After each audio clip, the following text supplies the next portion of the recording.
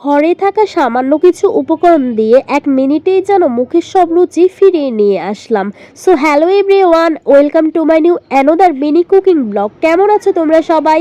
আশা করছি তোমরা অনেক ভালো আছো, কিন্তু আমি নেই। গতকাল রাতে আমি অনেক অসুস্থ ছিলাম, আমার অনেক জ্বর ছিল, তাই আমি কিছুই খেতে পারছিলাম না।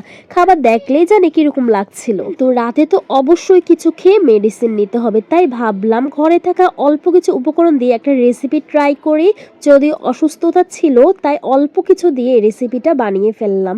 আর এই যে এখানে আমি পেঁয়াজ কুচি করে নিয়েছিলাম, আলুকে ছোট ছোট করে কেটে নিয়েছি, তারপর বরবটিও কেটে নিয়েছিলাম। আর এই যে কড়ার মধ্যে তেল দিয়ে তার মধ্যে আলু, পেঁয়াজ আর বরবটিটা একটু লবণ আর হলুদ দিয়ে ভালোভাবে ভেজে নেই।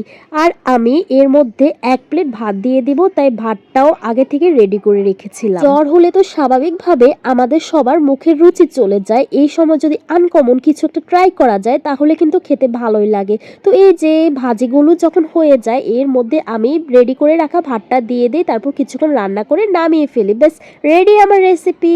আর এই যে এটা খেয়ে আমার মুখের রুচি একবারেই চলে আসে।